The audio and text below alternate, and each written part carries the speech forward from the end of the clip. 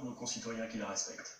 Et qui la respectent avec beaucoup de sérieux et avec beaucoup de rigueur. Et je mesure parfaitement ce que ça peut vouloir dire de contraintes, de privation de liberté à bien des égards, de difficulté à supporter le temps qui passe et où on est confiné, l'absence de ce qu'on aime, de ce dont on est proche.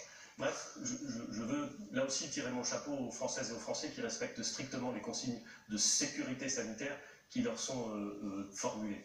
Mais c'est vrai, nous avons observé, nous avons vu des images, nous savons que dans certains endroits du territoire et qu'un certain nombre de gens ne respectent pas les règles qui sont formulées. Alors, face à cela, nous avons pris plusieurs décisions. D'abord, nous avons décidé de durcir les sanctions contre ceux qui ne respectaient pas les règles. Le premier jour, c'était une amende de 38 €. Aujourd'hui, c'est une amende de 135 €. Elle peut être majorée à 375 €. Et en cas de récidive, elle peut être portée jusqu'à 1 500 €. Je veux le dire très clairement, il ne faut pas plaisanter avec ces règles de sécurité. Et donc, il faut les respecter sérieusement. C'est pour ça que nous avons accru la sévérité des amendes en cas de non-respect. Et puis, nous voulons préciser les règles de façon, là encore, à les rendre plus strictes. C'est le cas dans 3 domaines. Je signerai ce soir un décret qui va venir préciser les règles dans 3 domaines. Je voudrais les citer parce que je pense qu'il est important que nos concitoyens les comprennent. Vous avez beaucoup parlé de ces Françaises et de ces Français qui ont besoin de sortir pour faire du sport parce qu'ils ont envie de sortir, de se dégourdir les jambes. Bon. Là encore, l'expression que nous avons utilisée jusqu'à présent n'était probablement pas suffisamment claire.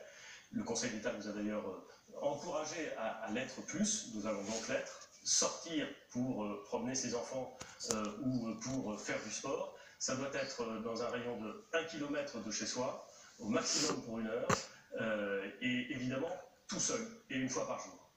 J'insiste sur ces règles. Elles voudront dire qu'il faudra dater et donner l'horaire du papier qu'on voudra porter avec soi lorsqu'on sort. C'est indispensable que ces règles soient très strictement observées par tout le monde. Et j'en appelle à la responsabilisation de l'ensemble de nos concitoyens. Un mot aussi sur les marchés. Vous l'avez évoqué dans votre reportage, et c'est une question qui se pose évidemment avec beaucoup de sensibilité parce que nos concitoyens sont frappés de voir des gens qui sortent sur un marché et qui se massent, parfois sans respecter les consignes de sécurité, l'espace entre chacun qui doit être préservé. C'est la raison pour laquelle nous avons pris la décision de fermer les marchés ouverts. Mais je voudrais préciser quelque chose. Nous avons pris la décision de fermer les marchés ouverts. Mais il sera permis au préfet, sur avis des maires, de déroger à cette interdiction. Pourquoi? Parce que nous savons que dans certaines petites communes, dans certains villages, le marché est souvent le meilleur moyen, et le seul parfois, pour que les personnes qui vivent dans ce village, ou qui vivent, le cas échéant, dans tel ou tel quartier, puissent avoir accès à des produits frais. Et puis, il faut aussi penser aux agriculteurs, à ceux qui nourrissent la France et qui ont vocation à continuer à la nourrir et qui doivent pouvoir écouler dans de bonnes conditions leur production. C'est la raison pour laquelle nous prenons le principe d'interdiction, mais nous autorisons les préfets, à la demande des maires, qui sont les mieux placés pour apprécier la capacité de tel ou tel marché à être organisé selon des règles strictes de sécurité, à, le cas échéant, déroger à cette règle. Et puis, il faut aussi préciser les règles s'agissant de la santé. Nous voulons que nos concitoyens puissent évidemment se rendre aux urgences quand ils en ont besoin. Nous voulons aussi qu'ils puissent se rendre dans les endroits où ils ont besoin de se rendre pour des soins programmés. Il est bien évident que lorsqu'on a besoin de se rendre dans un centre de dialyse, eh bien, il faut pouvoir y aller. C'est sans lien avec le coronavirus. Mais si on interrompait les soins et les soins importants de ceux qui ont des maladies chroniques extrêmement sensibles, on se retrouverait avec une situation sanitaire qui, à bien des égards, pourrait être là aussi problématique. Mais là encore, il faut être clair, ce sont les soins urgents ou les soins qui répondent à une convocation d'un médecin, ou le cas échéant, évidemment, aller aux urgences de l'hôpital. Ces règles, elles sont strictes, elles vont continuer à être appliquées de façon stricte. Ce sont des règles, encore une fois, qui ont vocation à protéger nos concitoyens et singulièrement à protéger les plus fragiles de nos concitoyens. C'est donc à la fois une règle de protection individuelle et une règle de solidarité pour les plus fragiles. C'est aussi une règle de solidarité pour les soignants, car plus nous respectons ces règles, plus nous soulageons les soignants qui sont confrontés aux cas les plus sévères à l'hôpital ou ailleurs. Monsieur le Premier ministre, il me semble, sauf erreur, que vous avez omis de dire à partir de quand ces règles étaient applicables. Demain, après-demain, ce soir, minuit, immédiatement? Je signe le décret ce soir, il sera donc applicable demain.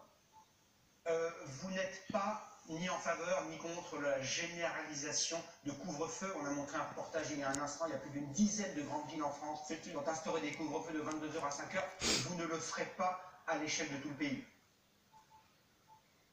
Alors, nous ne voulons pas le faire à l'échelle de tout le pays, mais là encore, nous avons donné instruction au préfet de se rapprocher des maires qui, localement, considéreraient qu'il y a besoin, qu'il y a nécessité. Et nous n'hésiterons pas, je le dis clairement, M. Boulot, nous n'hésiterons pas, là où c'est nécessaire, là où la situation sanitaire l'impose, à prendre des mesures plus dures encore, c'est-à-dire des mesures de couvre-feu.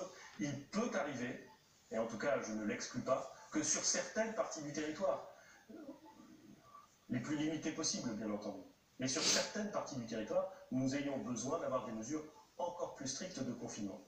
Et nous ne sommes pas dans une logique de confinement général et absolu de la totalité du pays au même moment. D'abord parce que on peut dire confinement général et absolu, mais il faudra encore que les gens mangent. Et si on veut que nos concitoyens mangent, il faudra qu'ils puissent aller faire leurs courses et il faudra que certains continuent à produire.